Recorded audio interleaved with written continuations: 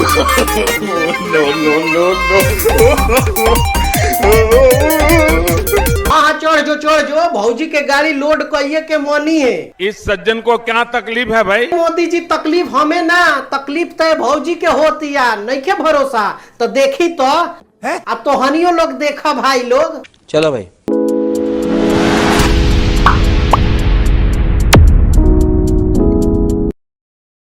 का हलवा भाई लोग, ई चुसलेट राजवा आजकल चूसल छोड़ के डायरेक्ट लेन देन के बात करता।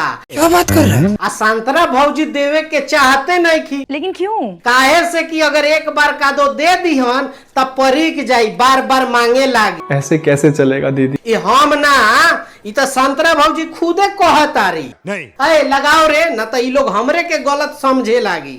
आइए देखते हैं, बैठचंद मजा आएगा। अबे लड़बक इंसान इतना तो सटल बोलले बड़े, अब कितना सटबे। आई शॉट के का चीज के शुरुआत करे के चाहता रे, इस सब लोग बुझता। भाई साहब ये किस लाइन में आ गए? अरे भौजी तू बुझता रो कि ना? Good question. देखी हो इस सटला हटला के चक्कर में लड़कोर ना बना देवे।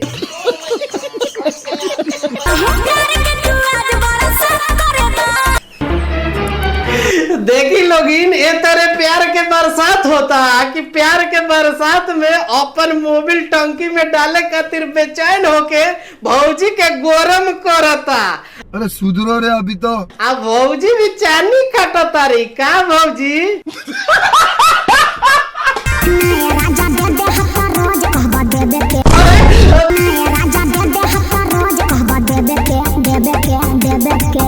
का देता रू भौजी? 4 आना के हमनियों के दे ना 10। क्या बात कर रहे रे बाबू? दोबारा ना मांगे सन।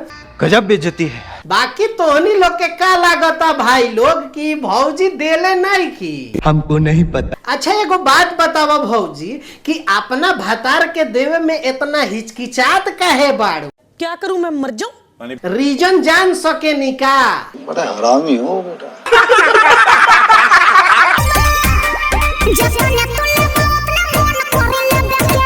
Once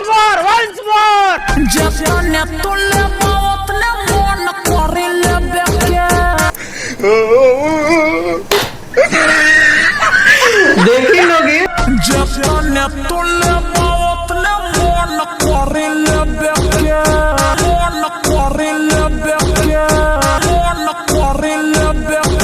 अच्छा भौजी एगो बात बतावो हो कि ताहरा ई बात कैसे पता बा कि एक बार लेला के बाद बार बार मन करेला लेवे के?